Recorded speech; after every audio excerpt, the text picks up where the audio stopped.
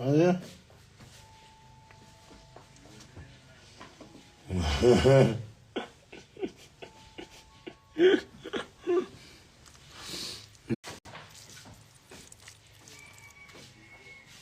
हजुर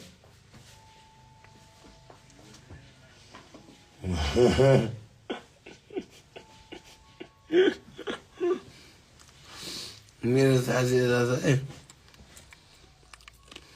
मेरो साथीहरू खै साथी खै घाम लाग्यो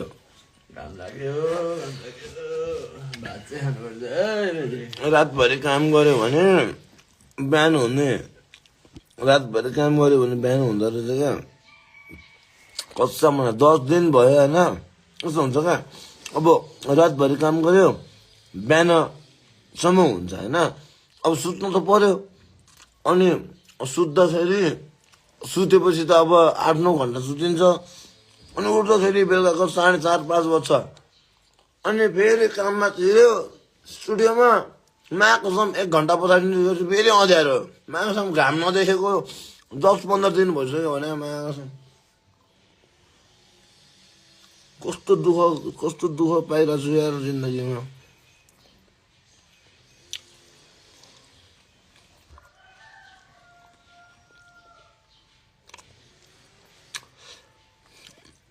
के भन्छ कमेन्ट पुरा झ्याप भात खाँदा पनि झ्याप हुन्छ मान्छे रक्सी खाँदा पनि झ्याप हुन्छ त्यहाँ भात खाइरहेको छु टाइमिङ नमिलेर भात खाएको यो मैले बुझ्दै नबुझ्नेहरूसँग मैले कुरा गरेर के काममा चिन्नेहरूलाई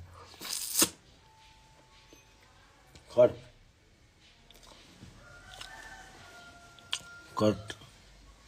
C everyone next time I love you ल बिहान चाहिँ भात नखानु ठिक्क टाइममा भात खानु ठिक्क टाइममा सुत्नु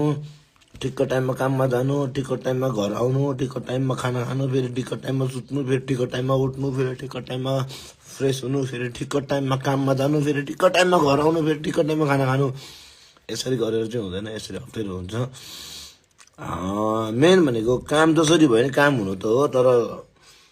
लास्टमा आफ्नो हेल्थको पनि एउटा कुरा हुन्छ नि त आफ्नो स्वास्थ्यको पनि एउटा कुरा हुन्छ मेन भनेको आफ्नो स्वास्थ्य हो आफ्नो स्वास्थ्यलाई ख्याल राख्नु सबैजना